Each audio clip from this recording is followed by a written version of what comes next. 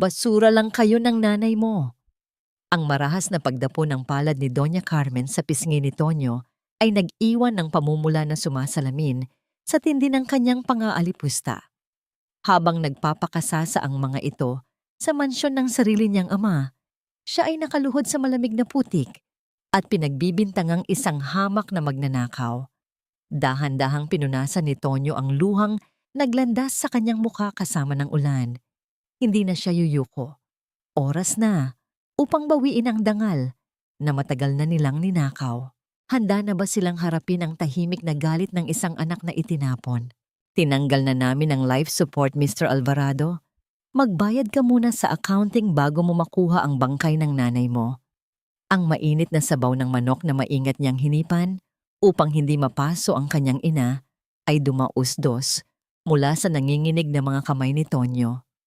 Kumalat ang likido sa malamig na sahig ng ospital kasabay ng pagbagsak ng mga barya na pinaghirapan niyang ipunin mula sa maghapong pagbubuhat sa palengke upang ibili sana ng gamot. Tila tumigil ang pag-ikot ng mundo para sa binata. May isang makapal na bikig na bumara sa kanyang lalamunan, pumipigil sa anumang hagulgol na nais kumawala sa kanyang dibdib. Namamanhid ang kanyang mga binti habang dahan-dahan siyang naglakad palapit sa kama. Ang pamilyar na init ng katawan ng kanyang ina, na palagi niyang niyayakap tuwing gabi, ay napalitan ng nakapangingilabot na lamig nang haplusin niya ang kumot na puti. Wala nang pag-angat at pagbaba ng dibdib. Wala nang mahinang boses na nagtatanong kung nakakain na ba siya. Wala na ang nag-iisang dahilan ng kanyang pagsisikap. Isang nurse ang tahimik na lumapit at nag-abot ng isang maliit na plastik. Sa loob nito ay ang mga huling naiwan ng kanyang ina. Nanginginig ang mga daliri ni Tonyo nang ilabas niya ang isang lumang singsing na pilak na nangitim na sa paglipas ng panahon at isang lukot na papel na tila basang-basa ng luha bago pa man natuyo. Maingat niyang binuklat ang papel. Sa nanginginig na sulat kamay, nakaukit ang mga katagang babago sa takbo ng kanyang buhay. Victor Escobar, ang iyong ama. Bakit ngayon lang? Ang tanong na ito ay paulit-ulit na umalingaw sa isip ni Tonyo. Bakit kailangang dalahin ng kanyang ina ang lihim na ito hanggang sa hukay habang sila ay nagtitiis sa gutom at sakit? Ang paglalakad ni Tonyo pauwi ay sinabayan ng walang awang pagbuhos ng ulan na tila nakikisimpatiya sa pag-iyak ng kalangitan. Pagsapit niya sa tapat ng inuupahang kwarto, bumulaga sa kanya ang mga lumang damit at kagamitan na walang awang inihagis ng kanilang may-ari ng bahay sa gitna ng kalsada. 3 buwan na kayong hindi nagbabayad. Hindi ko na problema kung saan kayo pupulutin. Malupit na sigaw ng ginang mula sa loob bago isinara ng mariin ang pinto. Hindi pinansin ni Tonyo ang masasakit na salita. Sa halip, lumuhod siya sa basang kalsada at sinimulang pulutin ang mga gusot at basang pera na naihagis kasama ng mga gamit. Ito ang perang sana ay pambili ng gamot ng kanyang ina. Pinilit niyang unatin ang mga ito sa kanyang hita gamit ang kanyang nanginginig na mga kamay. Ang kanyang mga luha ay malayang humahalo sa tubig ulan. Walang tunog, ngunit puno ng walang hanggang sakit at pighati. Isang maliit at kupas na payong ang biglang tumakip sa kanyang ulunan. Humarang sa malalamig na patak ng ulan.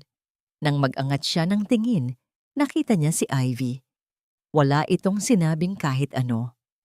Umupo lamang ang dalaga sa gitna ng putik. Binaliwala ang pagdumi ng kanyang lumang damit at mahigpit na niyakap ang nanghihinang katawan ni Tonyo. Sa yakap na yon na nagtataglay ng init ng pag-unawa at kaligtasan, tuluyang bumigay ang katatagan ng binata.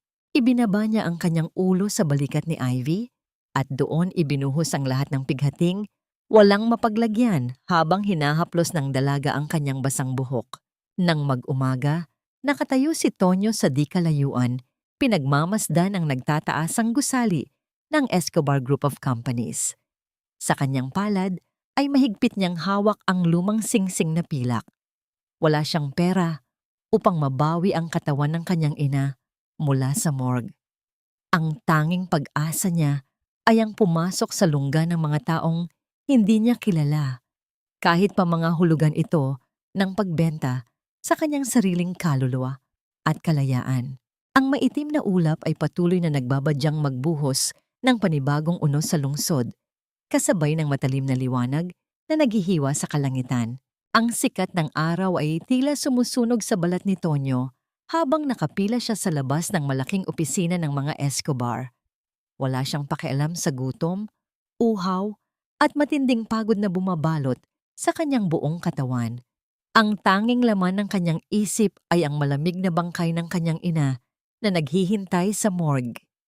Nang makarating siya sa unahan, nalaman niyang isang matandang mayordomo ang naghahanap ng papalit sa biglaang umalis na personal driver ng anak ng may-ari.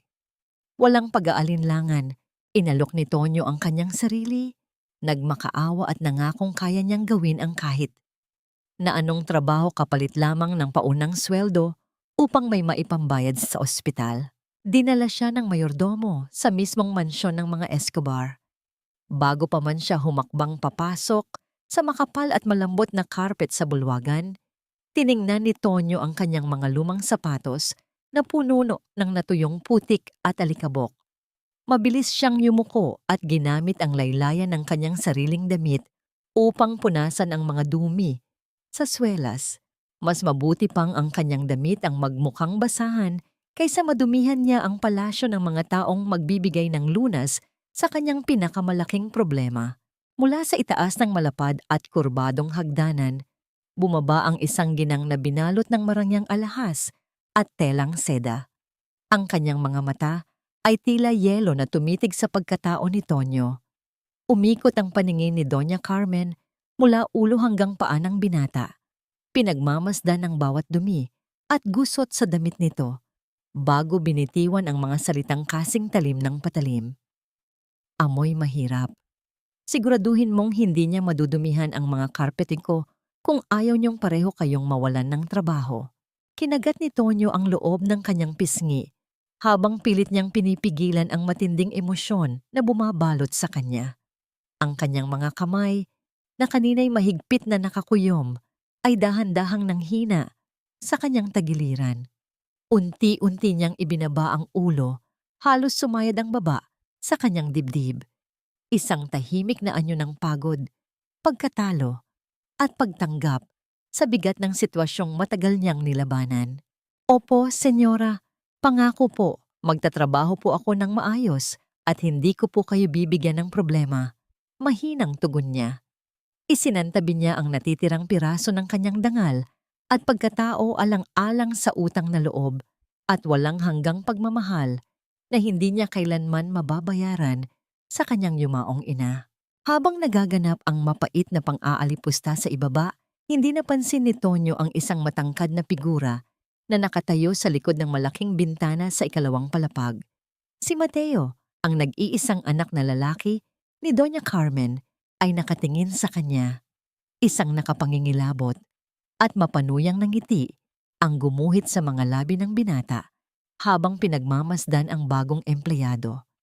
Sa paningin ni Mateo, si Tonyo ay hindi isang tao, kundi isang bagong laruan na nakahandang pag-eksperimentuhan at sirain.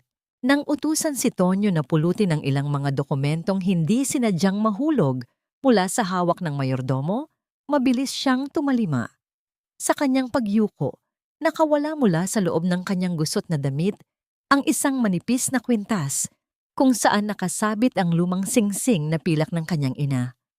Ang sinag ng araw na tumatagos mula sa malalaking salamin ng mansyon ay tumama sa malamig na metal, lumikha ng isang kinang na mabilis umagaw sa atensyon ni Doña Carmen. Tumigil sa paghinga ang ginang. Ang dating nagyayilong mga mata nito ay nanlaki at napuno ng isang hindi maipaliwanag na matinding takot. Namutla ang kanyang mukha na tila inubusan ng dugo habang nakatitig sa singsing na umuugoy sa dibdib ni Tonyo.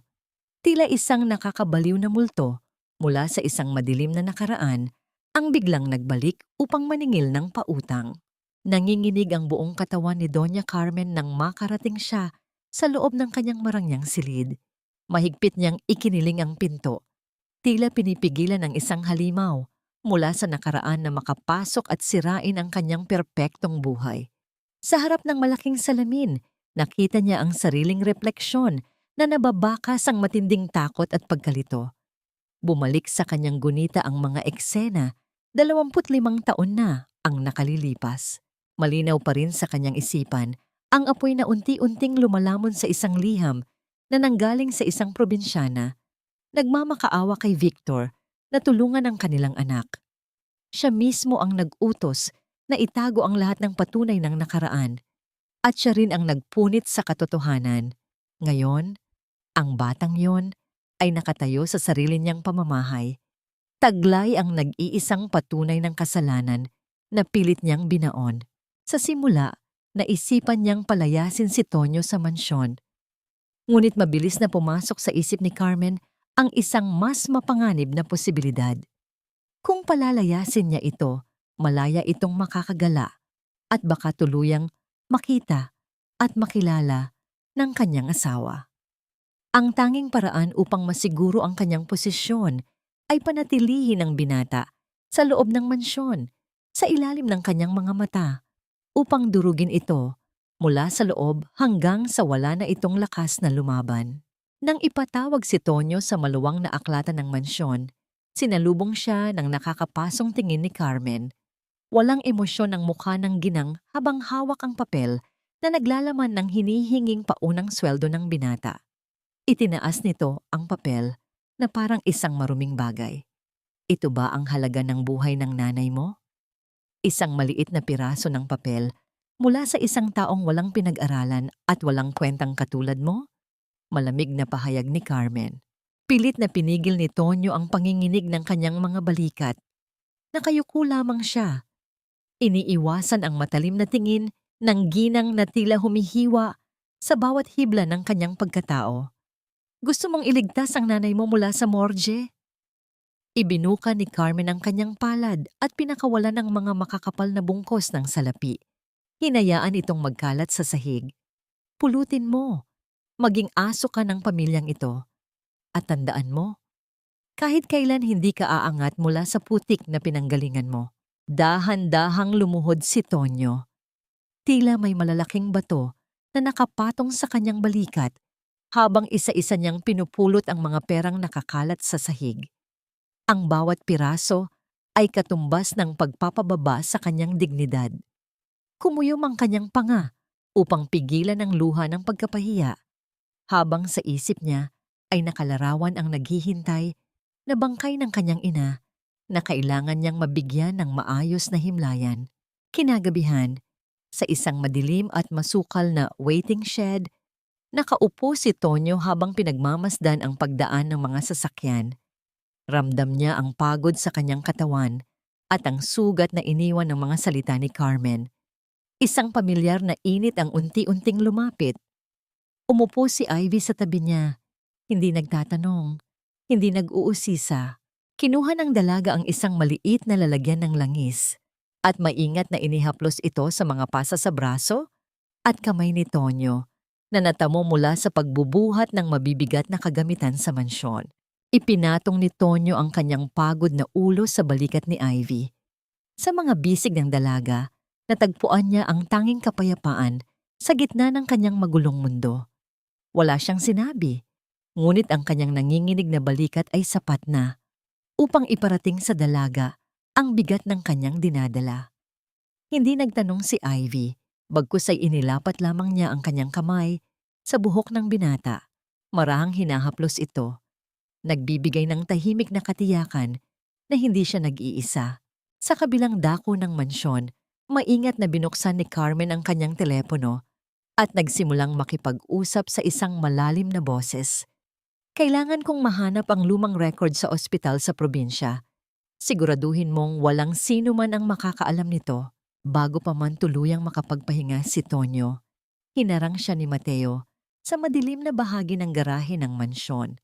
Isang malamig na ngiti ang nakaguhit sa labi ng anak ng ginang habang dahan-dahang inihulog ang susi ng mamahaling sasakyan sa ilalim ng gulong. Kunin mo gamit ang bibig mo, driver. Nakangising utos ni Mateo habang pinagmamasdan ang pagbaba ng tingin ni Tonyo sa sementong sahig.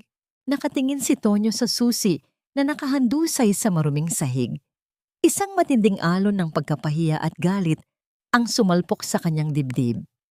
Kailangan niya ng pera, kailangan niya ng trabaho, ngunit hanggang saan aabot ang kanyang kakayahang lunukin ang kanyang sariling dangal para sa isang pamilyang hindi niya maintindihan kung bakit ganoon na lamang ang pagkamuhi sa kanya.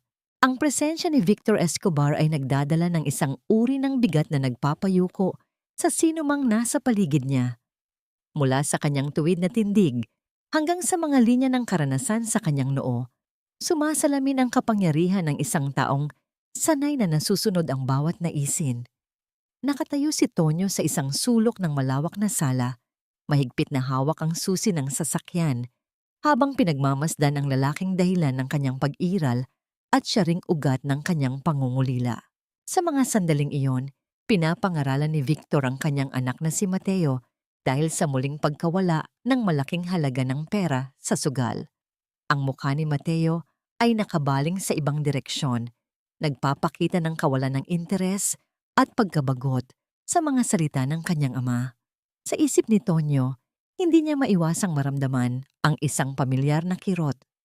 Narito ang isang anak na binigyan ng lahat ng pribilehiyo at atensyon, ngunit walang pagpapahalaga, habang siya na tunay ring kadugo ay nakatayo sa gilid bilang isang hamak na utusan, nagtitiis sa gutom at pag-aalipusta upang lamang mabigyan ng maayos na libing ang babaeng minahal ng lalaking ito sa nakaraan. Nang matapos ang maigting na pag-uusap, inutusan si Tonyo na ihatid ang tagapangulo sa isang mahalagang pagpupulong. Habang binabagtas nila ang mahaba at maayos na kalsada ng syudad, binalot ng makapal at malamig na katahimikan ang loob ng marangyang sasakyan. Paminsan-minsan, lihim na sinusulyapan ni Tonyo si Victor sa pamamagitan ng rear-view mirror. Tinitigan niya ang hugis ng panga nito, ang paraan ng pagkakunot ng noo nito habang nagbabasa ng mga dokumento, naghahanap ng anumang bakas ng kanyang sarili sa mukha ng estrangherong tinatawag niyang ama. Sa kalagitnaan ng biyahe, napansin ni Tonyo ang pag-iiba ng posisyon ni Victor. Bahagyang hinilot ng matanda ang kanyang ibabang likod, tanda ng pangangawit, at matipid na kinuskos ang mga braso dahil sa lamig ng aircon. Nang makita ito, kusang kumilos ang mga kamay ni Tonyo. Dala ng nakasanayan sa pag-aalaga sa kanyang inang may sakit sa loob ng maraming taon, maingat niyang inabot ang mga kontrol ng sasakyan. Ibinalik niya ng kaunti ang sandalan ng upuan sa likod upang maging mas komportable ito at ibinaba ang temperatura ng hangin. Natigil sa pagbabasa si Victor. Inangat nito ang kanyang paningin at tumingin sa rearview mirror. Nagtagpo ang kanilang mga mata. Sa loob ng 3 mahabang segundo, walang kumurap. Walang umiwas. May isang uri ng katanungan at kakaibang pamilyaridad na dumaan sa mga mata ng bilyonaryo. Tila ba pinipilit nitong alalahanin kung saan niya nakita ang lalim ng mga matang yon. Napalunok si Tonyo, mabilis na ibinaling ang tingin sa kalsada habang ang kanyang puso ay nag-uunahan sa pagtibok hindi dahil sa takot, kundi dahil sa isang malungkot na pag-asa na baka sakaling makilala siya nito. Pagdating nila sa tapat ng mansyon kinahapunan, sinalubong sila ni Doña Carmen. Napansin ng ginang-ang tila paggaan ng aura ni Victor habang bumababa ng sasakyan. Akmang bubuksan ni Victor ang kanyang bibig, marahil upang magpasalamat sa maayos na pagmamaneho, ngunit mabilis na pumagitna ang kanyang asawa. Huwag mong masyadong kausapin ang mga katulong, Victor. Iba ang uri nila sa atin. Baka isipin ng driver na yan ay kasing halaga siya ng mga taong nakakasalamuha mo. Banayad ngunit nakakalasong pahayag ni Carmen habang ipinupulupot ang braso sa kanyang asawa. Napaiwas ng tingin si Tonyo at bahagyang yumuko. Sa pagtalikod ni Victor, hindi nito napansin ang pagkahulog ng kanyang puting panyo mula sa bulsa ng kanyang coat. Dahan-dahang lumapit si Tonyo at kinuha ang panyo mula sa damuhan. Ibubukas sana niya ang kanyang mga labi upang tawagin ang kanyang ama, ngunit umatras ang kanyang dila.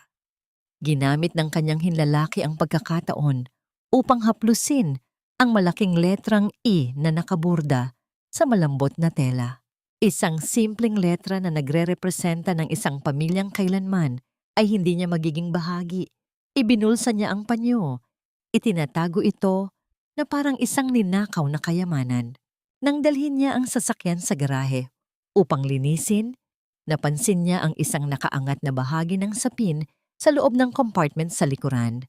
Sa pag-ayos niya nito, nahagip ng kanyang paningin ang isang luma at naninilaw na litrato na naipit sa gilid ng mga kagamitan. Kinuha niya ito at pinunasan ng alikabok na nakakapit dito. Unti-unting nawala ang kulay sa mukha ni Tonyo. Nanghina ang kanyang mga tuhod, kaya napakapit siya sa malamig na bakal ng sasakyan. Sa litrato ay isang batang Victor Escobar, masayang nakangiti. Nakayakap ang braso nito sa isang babae na suot ang paboritong bestida ng kanyang ina, ang bestidang iningatan nito hanggang sa huling hininga. Ngunit ang nagpapanikip sa dibdib ni Tonyo ay hindi ang katotohanang masaya sila noon. Ang nagpapabigat sa kanyang paghinga ay ang katotohanang ang mukha ng kanyang ina sa litrato ay marahas na ginuhitan, binarubal, at sinira gamit ang isang matalim na bagay hanggang sa wala nang makilala kundi mga puting sugat sa papel. Sino ang may gawa nito? Ganoon ba kalaki ang galit ni Victor sa babaeng nagmahal sa kanya ng lubos? O may ibang kamay na patuloy na nagbabaon sa kanila sa limot? Ang buong garahe ng mga Escobar ay binalot ng madilim at mabigat na enerhiya ng gabing iyon. Si Mateo, nalasing at puno ng puot dahil sa malaking pagkatalo sa sugal, ay walang habas na inihampas ang dalang golf club sa salamin ng isa sa mga mamahaling sasakyan. Nagkadurog-durog ang salamin at kumalat ang mga bubog sa sementadong sahig. Sa halip na sisihin ang sarili, bumaling ang mapanuyang paningin ni Mateo kay Tonyo na tahimik na naglilinis sa isang tabi. Isang nakakalasong plano ang namuo sa isip ng binata.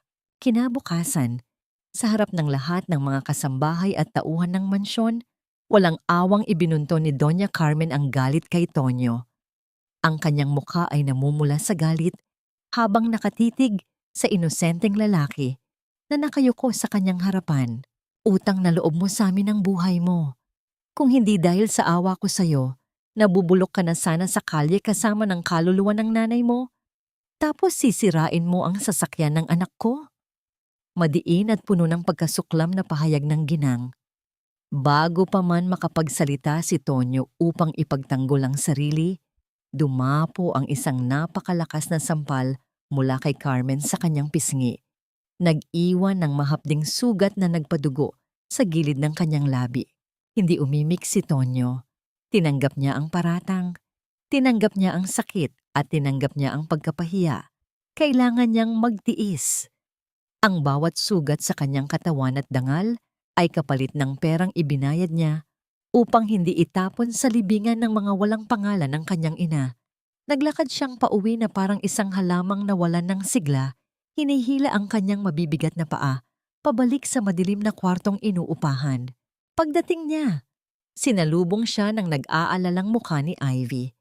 Nang makita ng dalaga ang dumudugong labi at ang pasa sa noo ni Tonyo na tumama sa bakal ng sasakyan noong gabing iyon, hindi niya napigilan ang pagtulo ng kanyang mga luha.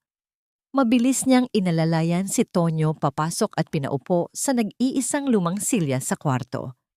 Sa ilalim ng andap-andap na liwanag ng dilaw na bumbilya, kinuha ni Ivy ang pinakalumang t-shirt na mayroon siya. Maingat na pinunit ito upang gawing malinis na tela at binasa ng kaunting alkohol. Ano na naman bang ginawa nila sa'yo, Tonyo? Hindi na tama ito, Onero. Hindi ka hayop para tratuhin nila ng ganito. Nangangatal na bulong ni Ivy habang dahan-dahang dinadampi ang basang tela sa sugat ng binata. Ang kanyang mga kamay ay nanginginig sa pinaghalong galit at matinding awa. Ipinikit ni Tonyo ang kanyang mga mata. Sa bawat dampi ng tela, hindi ang hapdi ng alkohol ang kanyang nararamdaman, kundi ang init ng pag-aaruga na matagal na niyang hinahanap. Umusog siya ng bahagya, sapat upang madama ang paghinga ng dalaga na napakalapit sa kanyang mukha. Maingat niyang inangat ang kanyang magaspang at sugatang kamay upang hawakan ang kamay ni Ivy na abala sa paggagamot sa kanya. Huwag kang umiyak, Ivy. Malambot ngunit may basag na tinig na pakiusap ni Tonyo. Dahil kapag umiyak ka, mas masakit pa ito sa lahat ng sugat na kaya nilang ibigay sa akin. Tumigil si Ivy. Ang kanyang mga luha ay tuluyang naglandas sa kanyang pisngi, ngunit wala siyang binitawang salita. Sa halip, ibinaba niya ang telang hawak at binalot ng kanyang dalawang braso ang balikat ni Tonyo. Ipinatong ni Tonyo ang kanyang pagod at sugatang ulo sa dibdib ng dalaga. Inihahabilin ang lahat ng kanyang panghihina at pighati sa nag-iisang taong hindi siya kailanman tinalikuran. Sa mainit na yakap na yon, walang lugar ang kasamaan ng mga Escobar. Ang tanging naroon ay ang dalawang kaluluwang tahimik na nagpapagaling sa sugat ng isa't isa, nagkukubli sa isang kaligtasang sila lamang ang nakakaalam. Habang iniaayos ni Ivy ang mga duguang damit ni Tonyo, kinabukasan ng umaga, upang labhan, isang nakatuping sobre ang nahulog mula sa bulsa ng pantalon nito. Ito ang sobreng palihim na inilagay ni Mateo kagabi upang masigurong kay Tonyo maibibintang ang pagsira sa sasakyan. Nang buksan ito ni Ivy, nakita niya ang isang resibo mula sa isang mamahaling sugalan na nakapangalan kay Mateo Escobar at sa likod nito ay isang maliit na tala tungkol sa isang lumang ospital sa probinsya. Kumunot ang noo ni Ivy. Bakit may ganitong dokumento sa bulsa ni Tonyo? At bakit kailangang imbestigahan ng mga Escobar ang ospital kung saan nanggaling ang ina ng binata? Ang tahimik na pagmamahal sa kanyang puso ay unti-unting napalitan ng isang nag-aapoy na determinasyong tuklasin ang katotohanan na pilit ibinabaon ng marangyang pamilyang yon. Hahayaan ba niyang habang buhay na maging alipin ang lalaking kanyang minamahal sa mga taong tila may itinatagong maitim na lihim? Bit-bit ang lukot na sobreng nakuha niya sa bulsa ni Tonyo. Naglakas loob si Ivy na magtungo sa labas ng matataas na bakod ng mga Escobar. Habang naghahanap ng tiyempo upang makausap ang binata, nahagip ng kanyang paningin si Doña Carmen na nakatayo sa isang tagong bahagi ng hardin.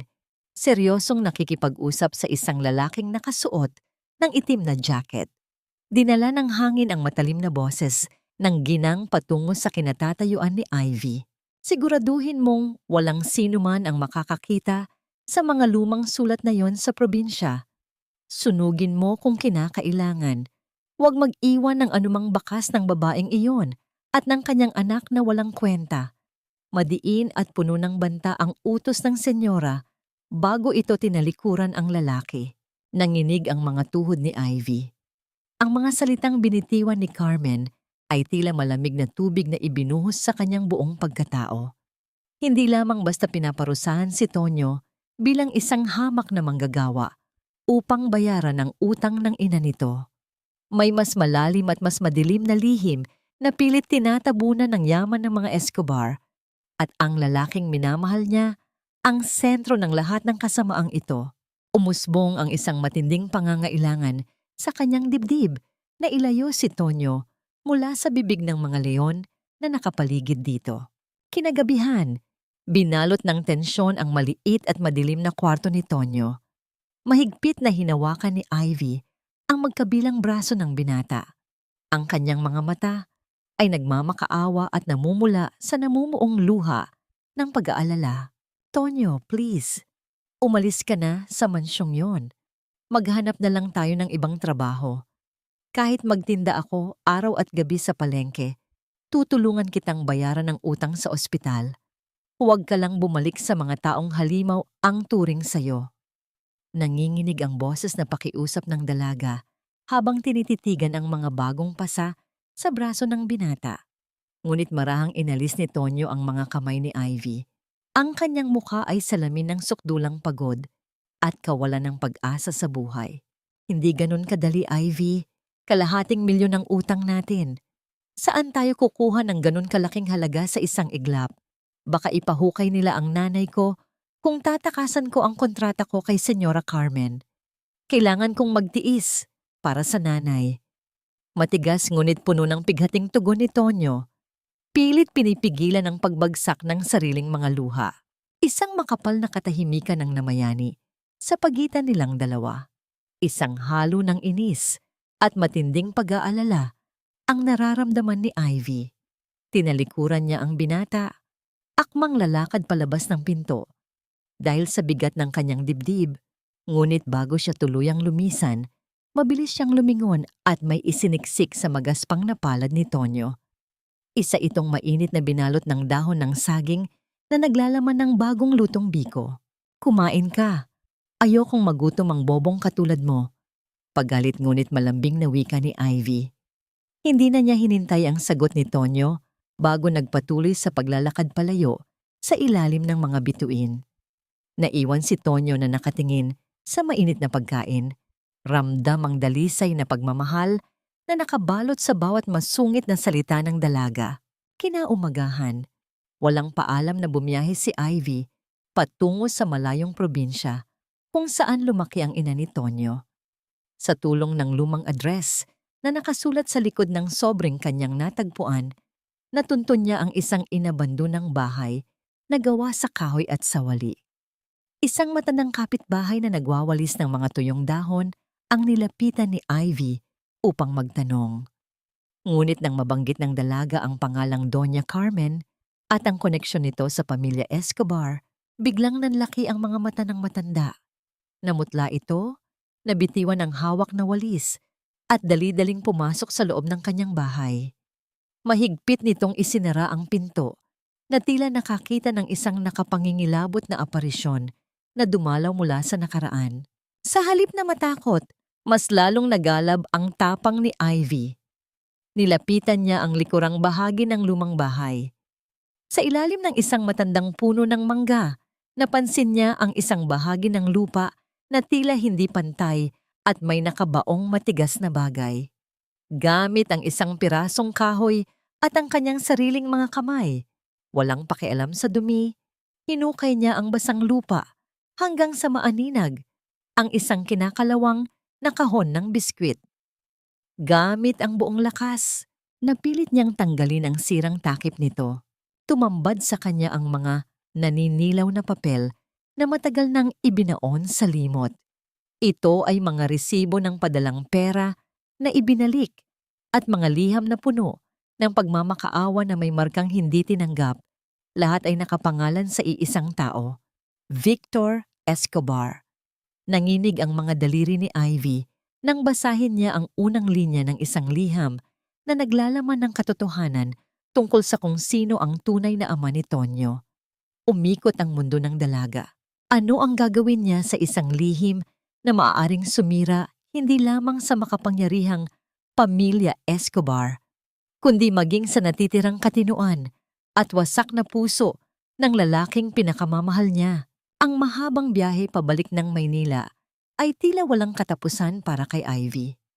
Nakasiksik sa kanyang dibdib ang kinakalawang na kahon na naglalaman ng katotohanang kayang magpabagsak sa isang imperyo.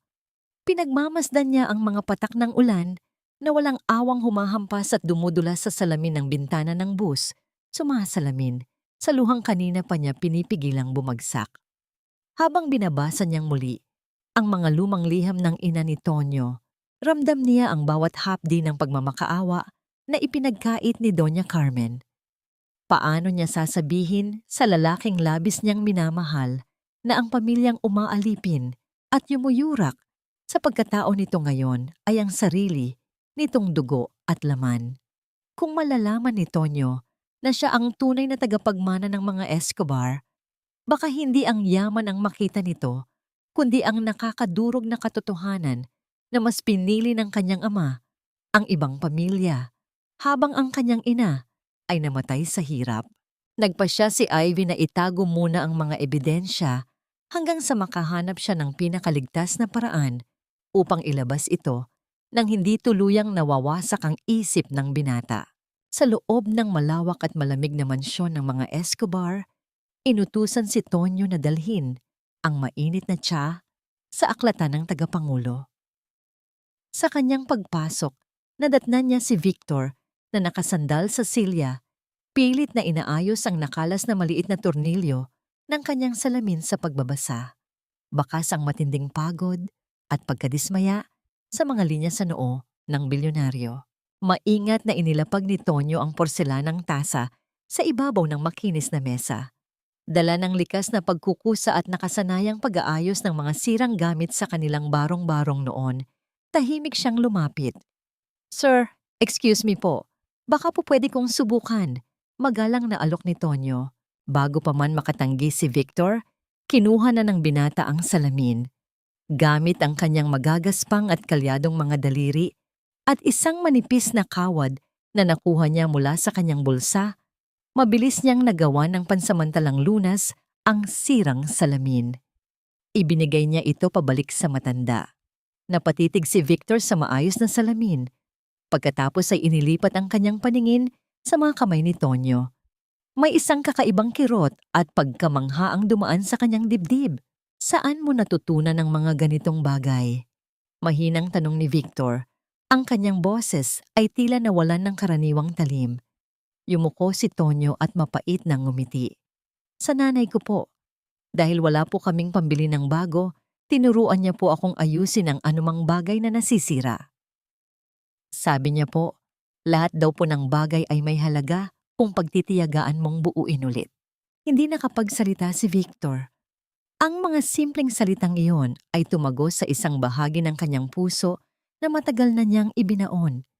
Tinitigan niya ang maamong mukha ng binata at nakaramdam ng isang hindi maipaliwanag na koneksyon. Isang pamilyar na kagaangan ng loob, lingid sa kanilang kaalaman. Sa siwang ng bahagyang nakabukas na pinto, nakatayo si Doña Carmen. Namumutla ang ginang at ang kanyang mga kuko ay nakabaon sa kahoy na hamba ng pinto. Ang nakita niyang paglambot ng mga mata ng kanyang asawa ay isang malinaw na banta na unti-unting nagkakalapit ang mag-ama kahit hindi nila ito sinasadya. Nang makauwi si Tonyo sa kanyang inuupahang kwarto, ng gabing iyon, nadatnan niya si Ivy na tahimik na naghihintay. Iba ang titig ng dalaga ngayon. Wala na ang masungit na tabas ng dila nito. Ang naroon lamang ay isang malalim at nag-uumapaw na pagmamahal. Lumapit si Ivy at marahang hinawakan ang magaspang na palad ng binata. Pinagmamasdan ang bawat sugat at kalyo na nakuha nito sa paglilingkod sa mga taong umagaw sa karapatan nito. Ipinikit ni Tonyo ang kanyang mga mata at nagpakawala ng isang malalim na buntong hininga. Ninamnam niya ang lambot at init ng mga daliri ni Ivy. "Bakit ganyan ka makatingin? May dumi ba ako sa muka?" Mahinang tanong ng binata. Umiling lamang si Ivy. Lumapit siya ng husto, umangat ng bahagya, at ipinatong ang kanyang noo sa baba ni Tonyo. "Gusto ko lang ipaalala sa iyo na mahalaga ka, na hindi ka basura, na kahit gaano ka pa nila maliitin, ikaw ang pinakamabuting lalaking nakilala ko." Bulong ni Ivy. Ang kanyang hininga ay humahaplos sa leeg ng binata. Kusang gumalaw ang mga braso ni Tonyo upang yakapin ang manipis na baywang ni Ivy. Ibininaon niya ang kanyang mukha sa buhok ng dalaga. Humuhugot ng lakas mula sa halimuyak nito. Sa maliit at abang silid na yon, nakatagpo sila ng isang kanlungan kung saan ang pag-ibig ay hindi nasusukat sa salapi, kundi sa kakayahang buuin ang mga pusong pinipilit durugin ng mundo. Habang nagaganap ang tahimik na sandali ng pag-ibig sa pagitan ng dalawa, pabalik-balik naman sa paglalakad si Doña Carmen sa loob ng kanyang marangyang silid. Ang kaba sa kanyang dibdib ay tila isang ahas na patuloy na sumasakal sa kanya. Hindi maaring manatili si Tonyo sa mansyon. Kailangan na itong mawala bago pa tuluyang bumalik ang alaala ni Victor. Huminto ang ginang sa tapat ng malaking kalendaryo na nakasabit sa dingding. Ang petsa ng taunang piging ng kumpanya ay papalapit na. Isang malagim na ngiti ang unti-unting gumuhit sa kanyang mga labi. Hindi sapat ang palayasin lamang ang trooper. Kailangan niya itong ikulong sa isang rehas kung saan hindi na ito makikita pa ng kanyang asawa habang buhay. Ang hangin sa labas ay nagdadala ng lamig ng gabi, ngunit ang tunay na unos ay nag-uumpisa pa lamang mamuo sa loob ng mansyon. Paano sasabihin ni Ivy sa lalaking nakayakap sa kanya ngayon na ang demonyong patuloy na sumisira sa buhay nito ay ang mismong pamilyang dapat nitong tinatawag na tahanan? Ang bawat yabag ni Doña Carmen sa makinis na marmol na sahig ng mansyon ay tila isang babala ng paparating na unos. Habang ang buong kabahayan ay abala sa paghahanda para sa taunang piging ng kumpanya, isang mapanganib na katahimikan ang bumabalot sa anyo ng ginang. Tinawag niya si Tonyo sa kanyang silid. Suot ang isang maskara ng huwad na kabutihan na hindi kailanman nakita ng binata sa kanya noon. Inabutan ni Carmen si Tonyo ng isang maliit at marangyang kahon na gawa sa pelus. Ang kanyang mga labi ay bahagyang nakakurba sa isang ngiti, ngunit ang kanyang mga mata ay nananatiling malamig at walang emosyon. Tonyo, dahil malaki ang naitutulong mo kay Victor nitong mga nakaraang araw, gusto kong ikaw ang mag-ingat nito para sa gabi ng gala. Ilagay mo ito sa loob ng vault sa aklatan mamayang gabi kapag wala ng tao. Ipakita mong karapat-dapat ka sa tiwalang ibinibigay ng asawa ko sa'yo. Malumanay na utos ni Carmen, ngunit ang bawat salita ay tila may nakatagong lason. Tinanggap ni Tonyo ang kahon ng may pag-aalinlangan. Nararamdaman niya ang kakaibang bigat sa kanyang dibdib, isang babala ng kanyang sariling kaba na mabilis na nagpapatibok sa kanyang puso. Opo, senyora. Makakaasa po kayo na iingatan ko ito. Mahinang sagot niya habang nakayuko. Hindi namamalayan na ang kanyang pagtanggap sa kahon ay ang unang hakbang patungo sa isang malalim na hukay na inihanda para sa kanya.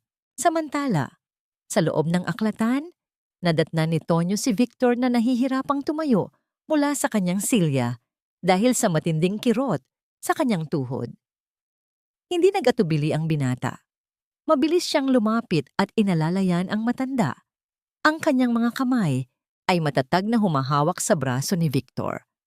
Sa gitna ng pag-aantabay, aksidenteng nahulog mula sa bulsa ni Tonyo ang puting panyo na may burdang letrang E na kanyang pinulot noon.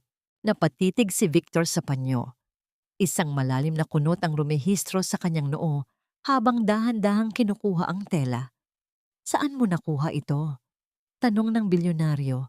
Ang kanyang tinig ay puno ng pagkalito at bahagyang panginginig. Napaatras si Tonyo, ang kanyang mukha ay namula sa pagkapahiya. Pasensya na po, sir. Nakita ko po kasing nahulog niyo sa garahe noon. Itatabi ko lang po sana para maibalik sa inyo, pero nakalimutan ko. Paliwanag niya, ang kanyang tinig ay halos bulong na lamang. Tinitigan ni Victor ang panyo, pagkatapos ay tumingin sa maamong mukha ni Tonyo. May isang alaala ang pilit na kumakatok sa kanyang isipan. Isang alaala ng isang babaeng mahilig ding magburda ng mga inisyal sa mga panyo bilang tanda ng pagmamahal. Isang malalim na buntong hininga ang pinakawalan ni Victor. At sa halip na magalit, ay marahan niyang tinapik ang balikat ng binata. Itago mo na yan, Tonyo. Mukhang mas iniingatan mo pa ang mga gamit ko kaysa sa sarili kong pamilya. Mahinang wika ni Victor, isang pahayag na naghatid ng kakaibang init sa puso ni Tonyo, ngunit nag-iwan din ng matinding lungkot. Sa kabilang bahagi ng lungsod, nakaupo si Ivy sa sahig ng kanyang maliit na kwarto. Nakapaligid sa kanya ang mga naninilaw na papel mula sa kinakalawang na kahon. Ang bawat salitang kanyang binabasa ay tila isang kutsilyong humihiwa sa kanyang puso. Paano niya sasabihin kay Tonyo na ang lalaking pinagsisilbihan nito, ang lalaking dahan-dahang nakukuha ang kanyang respeto, ay ang mismong ama na nagkait sa kanya ng pangalan at maayos na buhay? Nanginginig ang mga kamay ni Ivy habang hinahaplos ang isang lumang litrato ni Victor na kasama ang ina ni Tonyo. Patawad, Tonyo. Hindi ko alam kung maililigtas kita sa katotohanan ito o kung lalo lang kitang papatayin sa sakit. Hikbi ng dalaga. Ang kanyang mga luha ay pumatak sa lumang papel. Lumilikha ng mga basang marka na tila mga sugat ng kahapon. Ang gabi ay lumalim at ang mansyon ng mga Escobar ay tila isang dambuhalang naghihintay na Manila. Sa loob ng aklatan, dahan-dahang inilagay ni Tonyo ang kahon sa loob ng vault ayon sa utos ni Carmen. Hindi alam na mula sa madilim na sulok, ang mga mata ni Mateo ay nakamasid. Suot ang isang mapanuyang ngiti. Ang bitag ay nakalatag na. Ang bukas ay hindi lamang magdadala ng isang marangyang piging, kundi isang madugong pagtatapos sa huling piraso ng dangal na pinanghahawakan ni Tonyo. Habang naglalakad palabas ng mansyon, tumingala si Tonyo sa madilim na kalangitan. Walang mga bituin. Tanging ang makapal na ulap na tila nagbabadya ng isang dilubyo. Ramdam niya ang panyo ni Victor sa kanyang bulsa, isang munting paalaala ng isang koneksyong hindi niya kailanman magagawang angkinin ng buo. Ngunit ang tanong na nagpapabigat sa kanyang isip ay hindi kung kailan siya makakaalis sa lugar na ito, kundi kung bakit sa bawat hakbang niya palayo, tila may isang bahagi ng kanyang kaluluwa ang pilit na humihila sa kanya pabalik sa apoy. Ang bawat paggalaw ng kamay ng orasan sa dingding ng mansyon ay tila isang mabigat na hakbang patungo sa isang madilim na bangin. Habang ang buong kabahayan ay abala sa huling paghahanda para sa engranding piging, si Tonyo ay binalot ng isang hindi maipaliwanag na kaba. Matapos niyang ilagay ang marangyang kahon sa loob ng vault ayon sa utos ni Doña Carmen, naramdaman niya ang isang uri ng panlalamig sa kanyang mga kamay na tila ba ang mismong hangin ay nagbababala sa kanya ng isang paparating na dilubyo. Nadapa ang paningin ni Tonyo kay Victor na nooy tahimik na nakaupo sa kanyang silya, pinagmamasdan ang malawak na hardin mula sa bintana ng aklatan. Sa pagkakataong ito, walang makapangyarihang aura na bumabalot sa bilyonaryo. Tanging isang matandang lalaki na puno ng pangungulila ang nakikita ng binata. Dahan-dahang lumapit si Tonyo at maingat na inayos ang kumot na nakapatong sa mga hita ni Victor. "Sir, medyo lumalamig na po ang gabi. Baka po gusto niyo nang pumasok sa loob." Mahinang mungkahi ni Tonyo, ang kanyang tinig ay puno ng tunay na pagmamalasakit. Tumingin si Victor sa kanya at sa isang pambihirang pagkakataon, nakita ni Tonyo ang isang bahagyang ngawangiti sa mga labi nito. "Salamat, Tonyo. Alam mo, may isang tao akong kilala noon na katulad mo ring mag-alaga. Pakiramdam niya ay tungkulin niyang siguraduhing ligtas ang lahat ng nasa paligid niya, kahit na siya mismo ay nahihirapan na."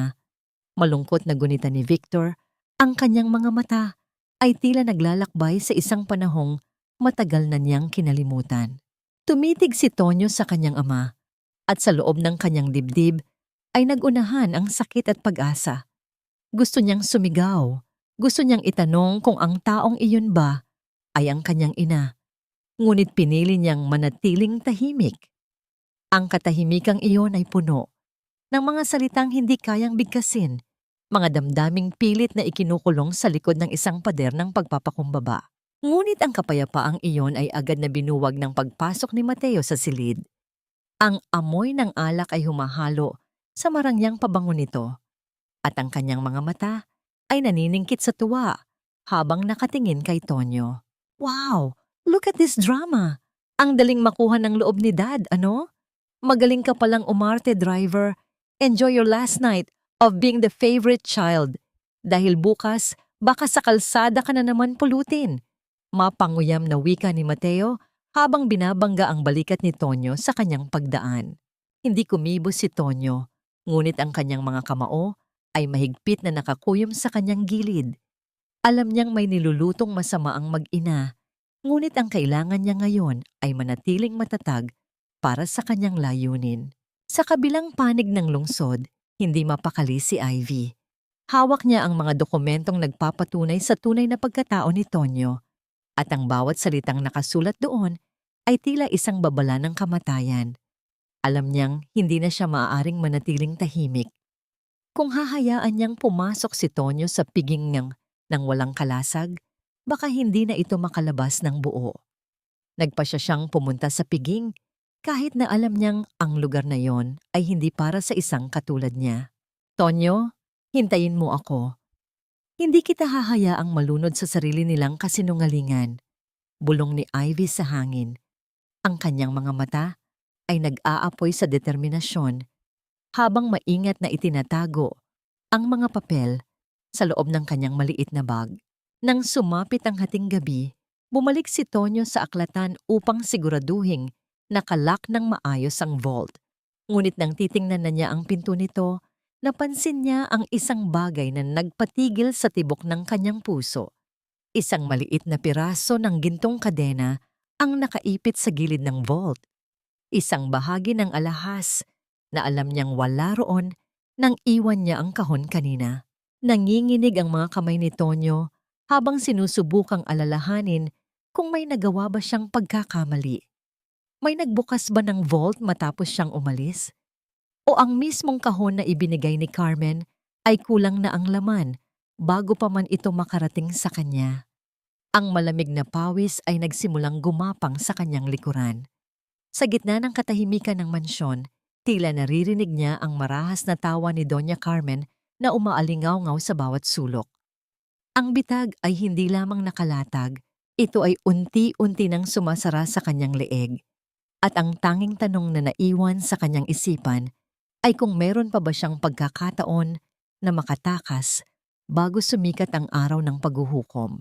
Ang bawat kislap ng mga kristal na chandelier sa malawak na bulwagan ng mansyon ay tila mga matatalim na mitya na nagbabadyang sumabog sa anumang sandali.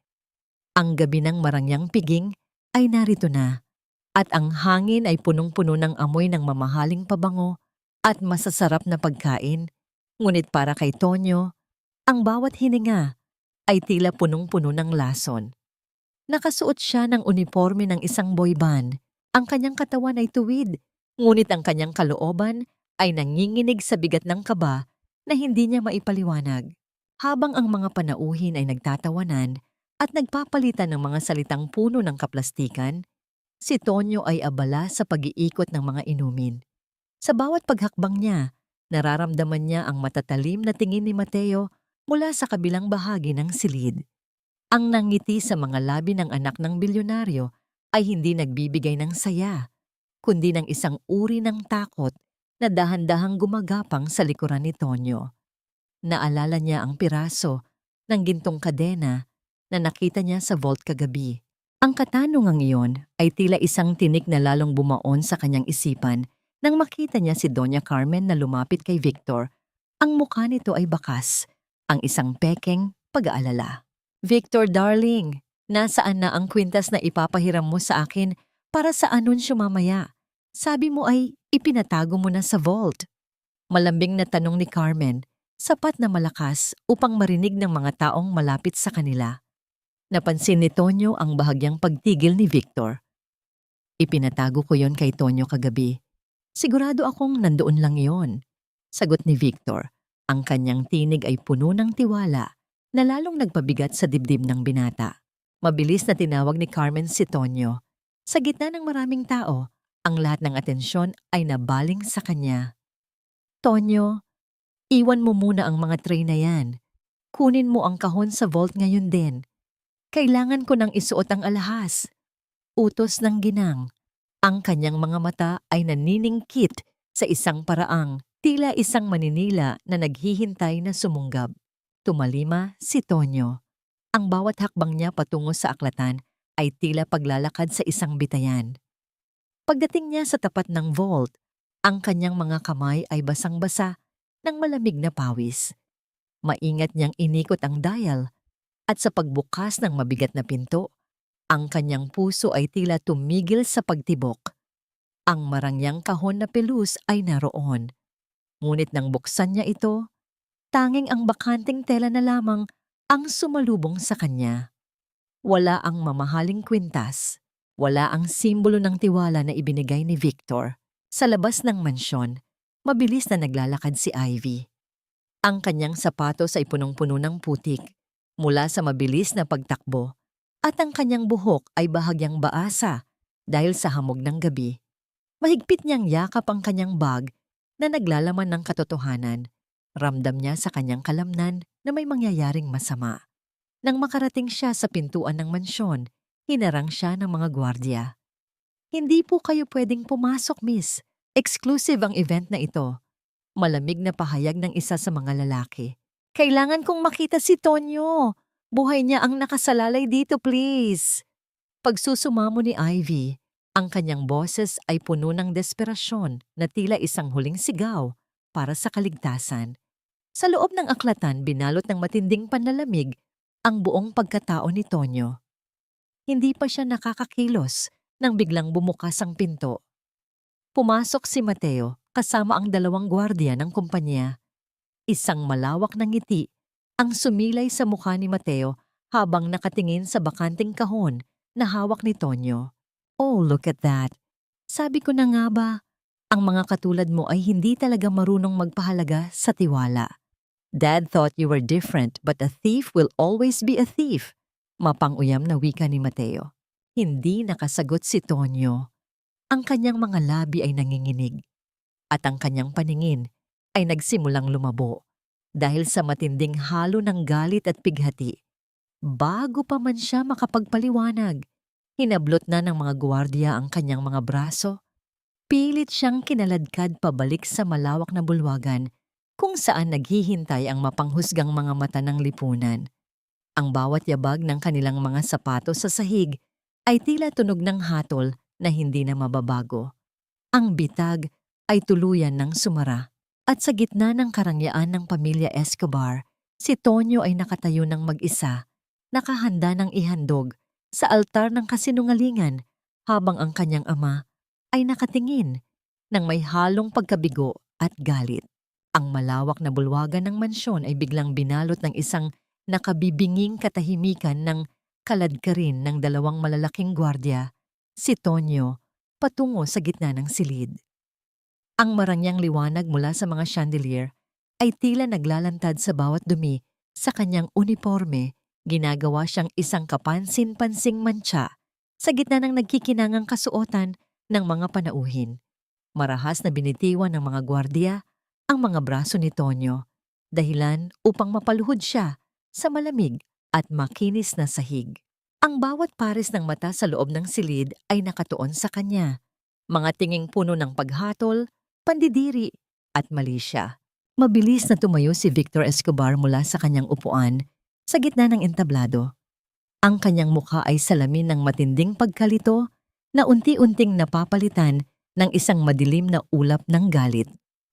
Humakbang siya palapit kay Tonyo. Ang bawat yabag ng kanyang sapatos ay tila isang hatol na nagpapabigat sa paghinga ng binata. Anong ibig sabihin nito, Mateo? Tanong ni Victor. Ang kanyang boses ay nanginginig sa pinaghalong dismaya at hindi maipaliwanag na kirot. Ito po ang ibig sabihin nito, Dad. Mapanguyam na sagot ni Mateo habang inilalapag ang bakanting kahon ng pelus sa harap ni Victor. Nahuli namin ang driver mo sa loob ng aklatan. Akmang tatakas na matapos niyang limasin ang laman ng vault. Ibinigay ni Mommy ang tiwala niya sa kanya, pero mukhang mas matimbang ang pagiging madumi ng kanyang pinanggalingan. Isang kunwaring hikbi ang kumawala mula kay Doña Carmen. Itinakip niya ang kanyang panyo sa kanyang mukha upang itago ang isang lihim na ngiti ng tagumpay. Ipinagkatiwala ko sa iyo ang alahas ko dahil akala ko ay tapat ka, Tonyo. Bakit mo ito ginawa sa amin? Pagkatapos ng lahat ng tulong na ibinigay namin para sa libing ng nanay mo, napaangat ng tingin si Tonyo. Ang kanyang mga mata ay naniningkit sa matinding sakit ng pagtatraidor. Gusto niyang sumigaw. Gusto niyang sabihin na ang ginang mismo ang nag-utos sa kanyang itago ang kahon. Ngunit tila may isang malaking bato na nakabara sa kanyang lalamunan. Napansin ni Tonyo ang matinding pagkadismaya sa mga mata ni Victor at iyon ang mas masakit pa sa anumang sampal na natanggap niya. Ang tiwalang dahan-dahang namumuo sa pagitan nila ay tuluyan ng nadurog bago pa man ito makapamulaklak. Hindi ko po ninakaw ang alahas. Sa wakas ay naisatinig ni Tonyo Ang kanyang boses ay basag at puno ng pighati. Kahit kailan ay hindi ko nagawang magnakaw sa inyo. Sinungaling! Ang hiyaw ni Mateo ay sinabayan ng isang marahas na pagtulak sa balikat ni Tonyo, dahilan upang tuluyang sumubsob ang mukha ng binata sa sahig. Mula sa kanyang bulsa, dahil sa lakas ng pagkakaalog, ay lumabas ang maliit na panyo ni Victor na may bordang letrang E at ang lumang singsing na pilak ng kanyang ina. Napatitig ang lahat sa mga gamit na nakakalat sa sahig. Para sa mga panauhin, ito ay sapat na ebidensya ng kanyang pagiging magnanakaw. Ang bulungan ng mga tao ay tila isang malakas na huni ng mga insekto na nanggagalit sa pandinig. Inutusan ni Victor ang mga gwardiya na tawagan ng mga pulis. Ang kanyang boses ay wala ng emosyon, tila isang hukom na nagbasa ng huling sentensya. Sa gitna ng kaguluhang ito, sa pintuan ng mansyon, naririnig ang marahas na pakikipagtalo ng isang babae sa mga gwardya sa labas. Hindi nagtagal, ang malaking pinto ng bulwagan ay puwersahang bumukas. Humahangos na pumasok si Ivy. Ang kanyang hitsura ay malayo sa karangyaan ng mga nandoon. Ang kanyang buhok ay gulo-gulo at ang kanyang damit ay may mga mantsa ng putik mula sa pagmamadali. Ngunit ang apoy sa kanyang mga mata ay sapat na upang mapatigil ang lahat. Teka, hindi siya ang magnanakaw sa pamilyang ito. Ang sigaw ni Ivy ay umalingaw-ngaw sa bawat sulok ng mansyon. Pinatahimik ang lahat ng bulungan. Naglakad siya ng may matinding determinasyon patungo sa gitna ng bulwagan. Bit-bit ang isang lumang dokumento na tila ba ito ang kanyang tanging sandata. Nang madaanan niya si Doña Carmen, nakita niya ang matinding takot na dumaan sa mga mata ng ginang. Tumigil si Ivy sa harap ni Victor, hingal na hingal, ngunit hindi nagpapakita ng anumang bahid ng panghihina. Sa kanyang paanan, nakita niya ang sugatang mukha ni Tonyo na nakatingin sa kanya ng may halong pagkalito at pag-asa. Mahigpit na hinawakan ni Ivy ang dokumento. Inihahanda ang sarili para sa isang pagsabog na hindi lamang magpapabago sa buhay ni Tonyo, kundi tuluyang magwawasak sa kapayapaan ng mga Escobar. Ang bawat hininga sa loob ng bulwagan ay tila naging yelo ng iangat ni Ivy ang mga naninilaw na dokumento mula sa kanyang lumang bag.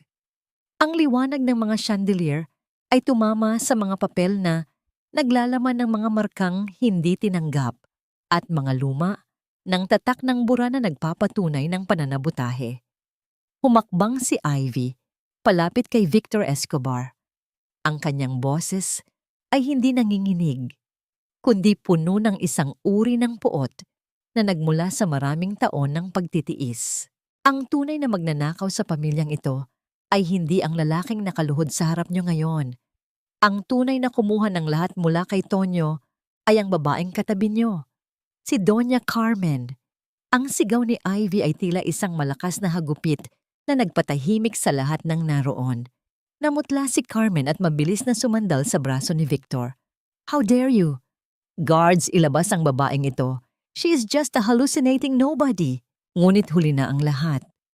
Inagaw ni Victor ang mga papel mula sa kamay ni Ivy.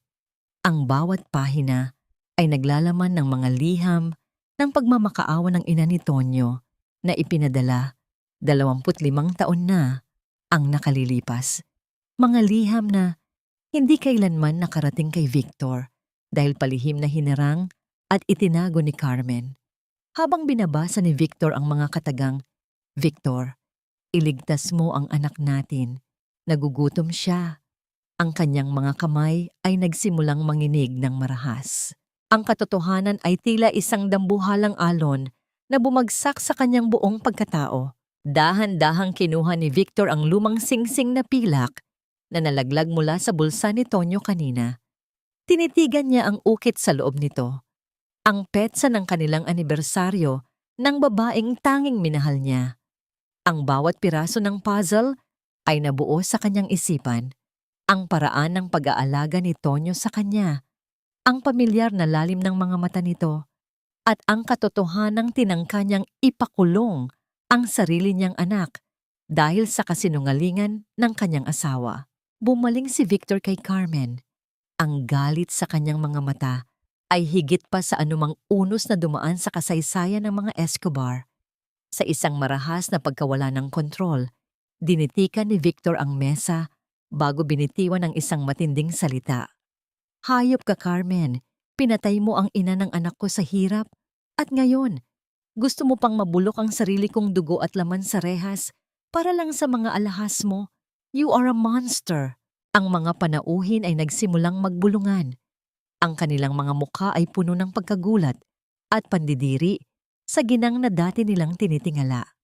Inutusan ni Victor ang mga gwardya na bitawan si Tonyo at sa halip ay ilabas si Carmen at Mateo mula sa mansyon. Ang bawat hakbang ni Carmen palayo ay puno ng pagkapahiya. Ang kanyang marangyang kasuotan ay tila naging basahan sa paningin ng lahat habang ang kanyang mga kasinungalingan ay tuluyan ng nalantad. Luhang-luha na lumapit si Victor kay Tonyo. Ang bilyonaryong kailanman ay hindi yumuko sa sinuman ay dahan-dahang lumuhod sa harap ng kanyang anak. Akmang hahawakan niya ang balikat ng binata upang humingi ng patawad, ngunit isang malamig na katahimikan ang nagpapatigil sa kanyang kamay. Dahan-dahang tumayo si Tonyo, pinupunasan ang dugo sa kanyang labi at umiwas sa hawak ni Victor. "Wag po, sir. Marumi po ang damit ko. Baka mahawaan ko ang karangyaan niyo." Ang bawat salita ni Tonyo ay tila isang malamig na patalim na bumaon sa puso ni Victor. Ang kawalan ng galit sa tinig ni Tonyo na napalitan ng isang malalim at nakakangilong distansya. Ang naging pinakamabigat na parusa para sa matanda. Lumapit si Ivy at hinawakan ng malamig na kamay ni Tonyo. Nagkatinginan ng dalawa at sa mga mata ni Ivy, natagpuan ni Tonyo ang tanging tahanan na kailanman ay hindi siya tinalikuran. Tinalikuran ni Tonyo ang kanyang ama, ang kanyang yaman, at ang mansyong naging piitan ng kanyang dignidad. Magkahawak kamay na naglakad ang dalawa palabas ng malaking pinto ng bulwagan. Iniiwan ang katahimikang puno ng pagsisisi sa loob. Habang sila ay naglalakad sa ilalim ng madilim na kalangitan, naramdaman ni Tonyo ang bawat patak ng ulan na tila naghuhugas sa kanyang mga sugat. Nakamit na niya ang katotohanan, ngunit ang katanungang naiwan sa kanyang isipan ay kung sapat na ba ang paglaya upang burahin ang bawat latay na iniwan ng pamilyang Escobar sa kanyang kaluluwa. Sa bawat hakbang palayo sa liwanag ng mansyon, pasan ni Tonyo ang bigat ng isang bagong bukas, isang bukas na malaya, ngunit puno ng mga bakas ng isang nakaraang hindi kailanman tuluyang maglalaho. Ang katahimikan sa loob ng maliit na silid ni Tonyo ay may dalang kapayapaan na hindi niya kailanman natagpuan sa loob ng marangyang mansyon ng mga Escobar. Dito, ang hangin ay hindi amoy mamahaling pabango, kundi amoy ng bagong tabas na kahoy at ang tapat na pagmamahal ni Ivy. Habang maingat na kinukumpuni ni Tonyo ang isang lumang silya na gawa sa nara, ang bawat kiskis ng kanyang papel de liha ay tila isang paraan ng paglilinis sa mga sugat ng kanyang nakaraan. Isang marangyang sasakyan ang huminto sa tapat ng kanilang maalikabok na eskinita. Ang kintab nito ay tila isang banyaga sa gitna ng mga barong-barong. Bumaba si Victor Escobar. Suot ang kanyang mamahaling suit na tila ba naging isang mabigat na baluti na hindi na niya kayang pasanin. Pumasok siya sa loob ng bahay ni Tonyo. Ang kanyang bawat hakbang ay puno ng pag-aalinlangan habang pinagmamasdan ang mababang kisame at ang mga kagamitang pinagtiyaga ang buuin ng kanyang anak. Inilatag ni Victor ang isang makapal na folder sa ibabaw ng maliit na mesa. Ang mga dokumento sa loob nito, mga titulo ng lupa, mga share sa kumpanya at mga bank account na may mga numerong hindi kayang bilangin ni Tonyo sa isang upuan ay tila mga alay sa isang altar ng pagsisisi. Lahat ng ito ay para sa iyo, Tonyo. Gusto kong ibigay ang lahat ng nararapat sa iyo. My lawyers are ready. Kailangan mo lang pirmahan ang mga ito at muli kang magiging isang Escobar.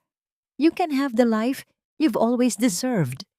Ang boses ni Victor ay nanginginig, puno ng pagsusumamo na tila isang huling hiling ng isang taong nalulunod. Hindi tumigil si Tonyo sa kanyang ginagawa. Ipinagpatuloy niya ang pagpapakinis sa kahoy. Ang kanyang mga mata ay nakatuon lamang sa kanyang trabaho. Matapos ang ilang sandali, dahan-dahan niyang ibinaba ang kanyang mga kagamitan at hinarap ang kanyang ama. Walang galit sa kanyang mga mata. Tanging isang malalim at nakakalunod na kalmado.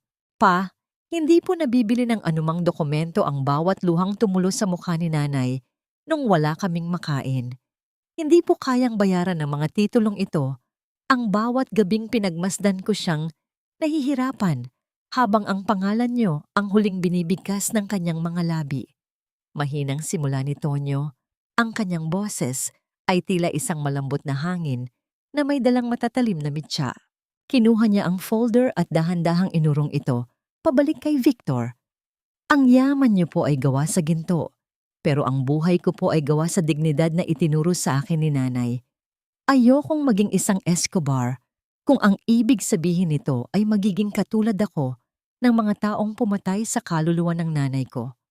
Mas gusto ko pong matulog sa banig na ito nang malinis ang konsensya kaysa sa malambot na kama sa mansyon niyo na punong-puno ng dugo at kasinungalingan. Nalaglag ang mga balikat ni Victor. Ang kapangyarihang pinanghawakan niya sa loob ng maraming taon ay tila naging abo sa harap ng paninindigan ng kanyang anak. Sa unang pagkakataon, naramdaman niya ang tunay na kahulugan ng pagiging mahirap, ang kahirapan ng isang amang may lahat ng salapi sa mundo, ngunit walang puwang sa puso ng kanyang sariling anak. Lumapit si Ivy at tumayo sa tabi ni Tonyo. Ang kanyang kamay ay marahang pumatong sa balikat ng binata. Ang simpleng paghawak na yon ay nagpadama kay Victor ng isang yaman na hindi niya kailanman nakamit sa piling ni Carmen, ang kayamanan ng katapatan at tunay na pag-ibig na hindi nasusukat sa anumang halaga. Masaya na po kami rito, Sir Victor. Ang kailangan po ni Tonyo ay hindi ang pera niyo, kundi ang amang matagal na niyang hinintay na hindi sana siya kailanman itinapon. Dagdag ni Ivy, ang kanyang tinig ay puno ng tapang at malasakit. Tinalikuran ni Tonyo ang kanyang ama at muling kinuha ang kanyang mga kagamitan. Ang bawat hagod ng papel de liha sa kahoy ay tila isang huling paalam sa ambisyon at pangarap na minsan ay pilit na isinaksak sa kanyang isipan. Umalis si Victor sa maliit na bahay. Ang kanyang puso ay pasan ang bigat ng isang pagkakamaling kailanman ay hindi na mabubura ng kahit anong halaga. Habang lumulubog ang araw, nanatiling nakaupo si Tonyo sa kanyang sahig, pinagmamasdan ang kanyang mga sugatang kamay na ngayon ay malaya na sa tseng-tseng ng mga Escobar. Naramdaman niya ang init ng katawan ni Ivy na sumandal sa kanyang likuran. Ang babaeng naging tanglaw niya sa pinakamadilim na bahagi ng kanyang paglalakbay. Nakamit na niya ang kanyang kalayaan, ngunit sa gitna ng kanyang tagumpay, may isang katanungang nananatili sa kanyang isipan. Sapat na ba ang dangal upang mapuno ang puwang na iniwan ng isang amang dahan-dahan na ring nilalamon ng sarili itong pagsisisi? At sa bawat pagpikit ng kanyang mga mata, mararamdaman pa kaya niya ang hapdi ng bawat sampal o tuluyan na itong mapapalitan ng init ng isang bagong simula? Ang bawat paglubog ng araw sa madilim at masikip na eskinita ay tila isang paalala ng nagdaang bagyo sa buhay ni Tonyo. Ngunit sa halip na ang marangyang sasakyan ng mga Escobar ang bumulaga sa kanya, isang matandang lalaki na nakasuot ng simpleng kamiseta at may bitbit na supot ng mainit na pandesal ang paulit-ulit na naghihintay sa tapat ng kanyang maliit na pintuan. Si Victor Escobar, ang lalaking dati ay hindi kayang tapakan ang maruming lupa ng lungsod, ay naroon ngayon, matiyagang nagtitiis sa init at alikabok, naghihintay ng kahit isang sulyap mula sa anak na kanyang itinapon. Sa loob ng bahay, patuloy si Tonyo sa kanyang paggawa ng mga kagamitang kahoy. Ang bawat hataw ng kanyang martilyo sa pako ay tila isang pagtatangkang itanim ng malalim ang kanyang paninindigan na hindi na niya kailangan ng isang amang ngayon lang dumating kung kailan wala na ang kanyang ina. Ramdam niya ang presensya ni Victor sa labas. Ang bigat ng titig nito na tila ba humihingi ng isang pagkakataong hindi alam ni Tonyo kung paano ibibigay. Isang hapon, habang ang ulan ay nagsisimulang magbuhos ng malalakas na patak na humahampas sa bubungang lata, napansin ni Tonyo ang pagtagas ng tubig sa isang sulok ng silid. Akmang kukunin niya ang kanyang hagdan nang makita niya si Victor na dahan-dahang umaakyat sa isang lumang bangko upang takpan ng butas gamit ang isang pirasong yero. Ang mga kamay ni Victor, na dati ay tanging panulat at mamahaling relo lamang ang hawak, ay nanginginig habang pilit na inaayos ang sirang bahagi ng bubong. Isang pagkakamali ang nagawa ng matanda, dahilan upang madulas ang kanyang paa at halos mawalan siya ng balanse. Mabilis na kumilos si Tonyo at sinalo ang braso ng kanyang ama. Sa sandaling iyon, ang kanilang mga balat ay nagtagpo. Ang magaspang at kalyadong palad ng anak at ang nangungulila at nanghihinang bisig ng ama. Walang salitang namutawi sa kanilang mga labi. Tanging ang tunay na bigat ng kanilang mga damdamin ang naging tulay sa gitna ng malamig na ulan. Tonyo, anak, hindi ako narito para pilitin kang bumalik sa mansyon. Mahinang simula ni Victor. Ang kanyang boses ay tila isang marupok na sinulid na anumang sandali ay mapuputol. Narito ako dahil gusto kong maranasan ang maging ama mo, kahit sa pinakamaliit na paraan. Gusto kong makita kung paano ka nabuhay nang wala ako at kung paano ko pagsisisihan ang bawat segundong hindi kita nayakap noong bata ka pa. Naramdaman ni Tonyo ang isang mainit na likido na humahalo sa basang mukha niya dahil sa ulan. Hindi niya alam kung ito ba ay tubig mula sa langit o ang mga luhang matagal na niyang ipinagkait sa kanyang sarili. Ang galit na matagal niyang inalagaan ay tila isang yelo na dahan-dahang natutunaw sa ilalim ng init ng pagpapakumbaba ni Victor. Lumapit si Ivy at binalot ng tuyong tuwalya ang balikat ng matanda. Tiningnan niya si Tonyo. Ang kanyang mga mata ay nagsusumamo na bigyan ng puwang ang pagpapatawad. Tonyo, ang bawat tao ay nagkakamali, pero hindi lahat ay may lakas ng loob na bumalik sa putik para lang ayusin ang pagkakamaling iyon. Ang ama mo ay hindi na ang bilyonaryong Escobar na nakilala natin. Siya na lang ay isang matandang lalaking natatakot na mamatay na hindi man lang naririnig ang tawag ng kanyang sariling anak. Pumasok sila sa loob ng bahay. Pinagmasdan ni Tonyo si Victor na tahimik na humihigop ng mainit na kape sa isang lumang tasa na may lamat. Ang dating makapangyarihang figura ay tila naging isang maliit na anino na lamang, nilalamon ng pagsisisi at pangungulila. Kinuha ni Tonyo ang isang lumang litrato ng kanyang ina na nakatago sa ilalim ng kanyang unan at inabot ito kay Victor. Ito po ang huling litrato ni nanay bago siya nawala. Sabi niya, kahit kailan ay hindi siya nagtanim ng galit sa inyo. Dahil sa pag-ibig niyo raw siya kumuha ng lakas upang mabuhay para sa akin. Bulong ni Tonyo, ang kanyang tinig ay basag sa matinding emosyon. Nanginginig ang mga kamay ni Victor habang tinatanggap ang litrato. Ibininaon niya ang kanyang mukha sa kanyang mga palad at doon ay nagpakawala ng isang hagulgol na puno ng maraming taon ng panghihinayang. Sa loob ng maliit na silid na yon, ang tunay na proseso ng paghilom ay nagsimula. Hindi ito mabilis, hindi ito madali, ngunit ito ay totoo. Habang ang gabi ay lumalalim, nanatiling nakatayo si Tonyo sa bintana. Pinagmamasdan ang huling patak ng ulan na dumadaloy sa mga dahon. Ramdam niya ang kagaangan sa kanyang dibdib na hindi niya naramdaman sa loob ng mahabang panahon. Ngunit sa likod ng kapayapaang ito, isang bagong kaba ang umusbong sa kanyang puso nang mapansin niya ang matinding pag-ubo ni Victor na tila may kasamang hirap sa paghinga. Lumapit ang binata at hinawakan ng noo ng kanyang ama at doon niya naramdaman ang nakakapapasong init ng lagnat nito. Sa gitna ng dilim, isang tanong ang naglaro sa isipan ni Tonyo. Sapat ba ang pagpapatawad kung ang oras ay tila unti-unti nang nauubos para sa taong bago pa lamang niyang natututuhang tawaging ama? Ang bawat mahinang pag-ubo ni Victor ay tila isang matalim na tinik na tumutusok sa puso ni Tonyo habang ang gabi ay unti-unting nagbibigay daan sa malamig na liwanag ng madaling araw. Sa loob ng maliit na silid, ang tanging maririnig ay ang mabagal na pag-usad ng kamay ng orasan at ang hirap na paghinga ng matandang bilyonaryo na nakahiga sa manipis na banig. Maingat na kinuha ni Tonyo ang isang basang bimpo mula sa planggana. Piniga ito ng walang nililikhang ingay at dahan-dahang idinampi sa nagbabagang noo ng kanyang ama. Ito ang mga kamay na dati ay punong-puno ng galit at pait.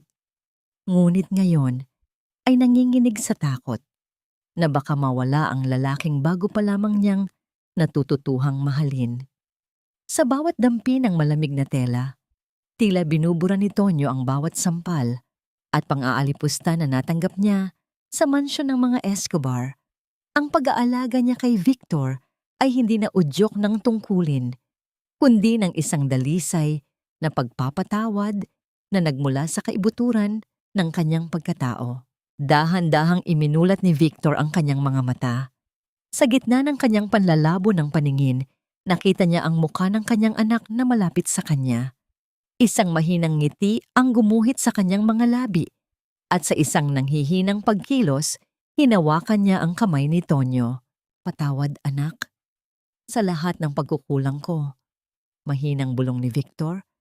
Ang kanyang tinig ay halos hindi na marinig dahil sa panghihina. "Salamat dahil hindi mo ako hinayaang mamatay sa dilim ng sarili kong kasalanan." Hindi na napigilan ni Tonyo ang pagbagsak ng kanyang mga luha.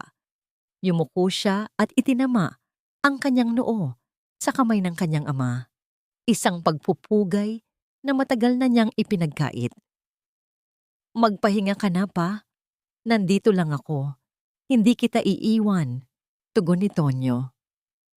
Sa unang pagkakataon, ang salitang pa ay lumabas mula sa kanyang mga labi nang walang halong pait, kundi puno ng pagtanggap at pagmamahal. Isang buwan ang mabilis na lumipas. Ang sikat ng araw ay masaya at maliwanag na tumatama sa puting pader ng isang maliit na simbahan sa labas ng lungsod. Walang mga pulang karpet, walang mga sikat na personalidad, at walang mga marangyang bulaklak. Ang tanging naroon ay ang mga taong tunay na nagmamahalan. Nakatayo si Tonyo sa harap ng altar. Suot ang isang simpleng barong na siya mismo ang nagsumikap na mabili. Sa kanyang tabi, nakaupo si Victor sa isang wheelchair. Ang kanyang mukha ay bakas pa rin ng sakit, ngunit ang kanyang mga mata ay nagniningning sa kaligayahan at dangal. Nang bumukas ang malaking pinto ng simbahan, pumasok si Ivy. Ang kanyang puting bestida ay payak lamang, ngunit ang kanyang kagandahan ay tila nagbibigay ng liwanag sa buong paligid. Maingat siyang naglakad patungo sa dambana at sa bawat hakbang niya, ang kanyang mga mata ay nakatitig lamang kay Tonyo. Nang makarating siya sa gitna, dahan-dahang tumayo si Victor mula sa kanyang wheelchair sa tulong ng isang saklay upang iabot ang kamay ni Ivy kay Tonyo. "Iingatan mo siya, Tonyo. Siya ang nagsilbing anghel nating dalawa," paalala ni Victor habang inilalagay ang kamay ng dalaga sa palad ng kanyang anak. Sa gitna ng seremonya, nang magpalitan sila ng sumpa, hinawakan ni Tonyo ang magkabilang kamay ni Ivy. "Ivy, ikaw ang nagturo sa akin na ang tunay na yaman ay hindi matatagpuan sa vault ng mga Escobar, kundi sa init ng iyong yakap at sa tatag ng iyong pananampalataya sa akin.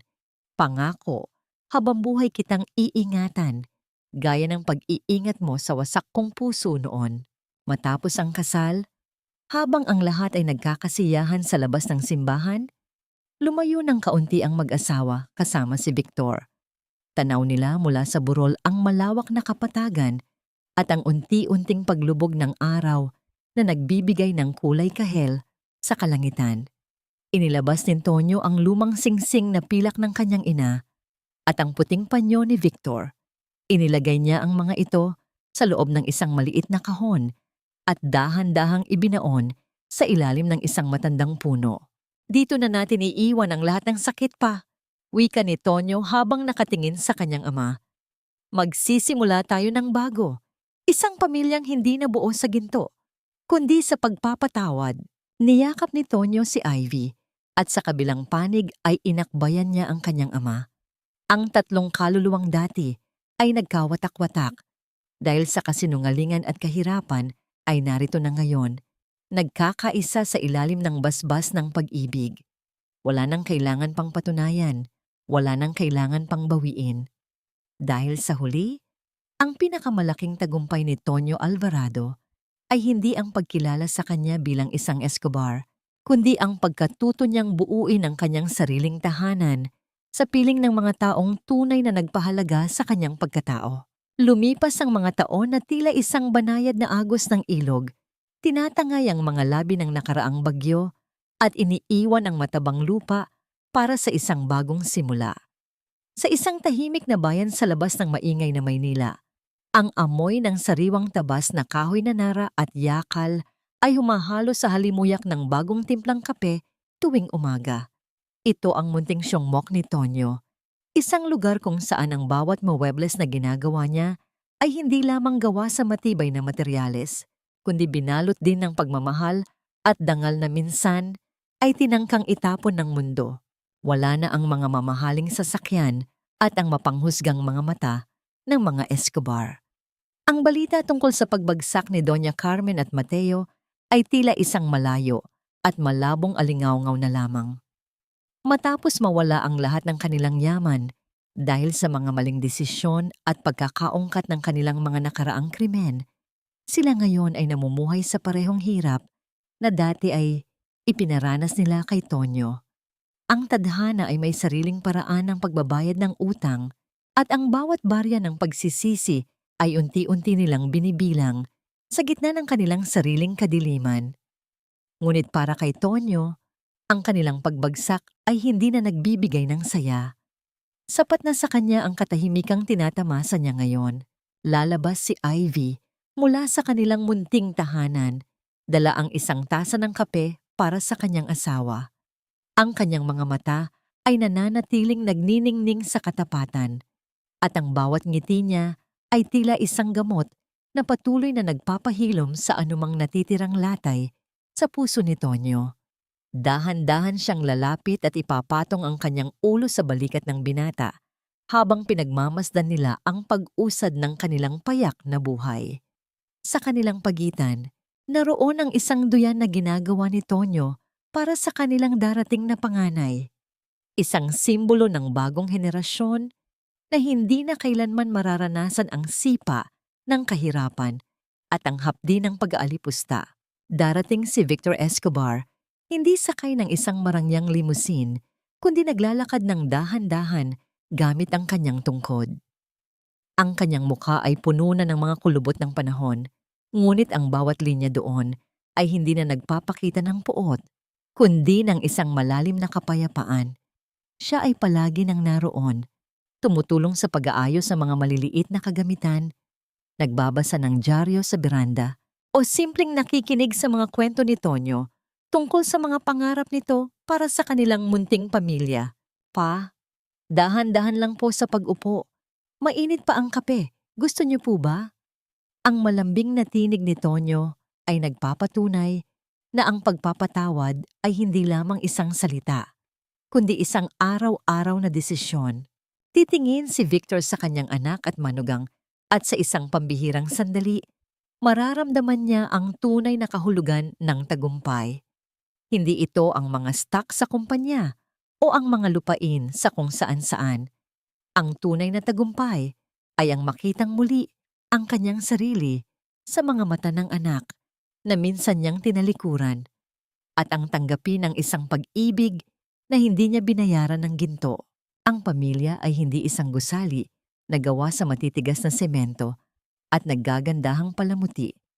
Ang tunay na pamilya ay ang mga kamay na humahawak sa'yo kapag ikaw ay nadarapa, ang mga balikat na handang pasanin ang iyong pighati, at ang mga pusong handang magpatawad kahit gaano pa kalalim ang sugat.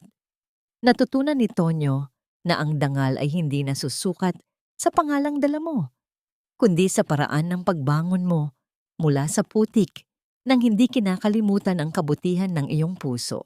Sa paglubog ng araw, habang ang langit ay nagbibigay ng huling sulyap ng kulay rosas at kahel, ang tatlo ay mananatiling nakaupo sa ilalim ng matandang puno sa harap ng kanilang bahay.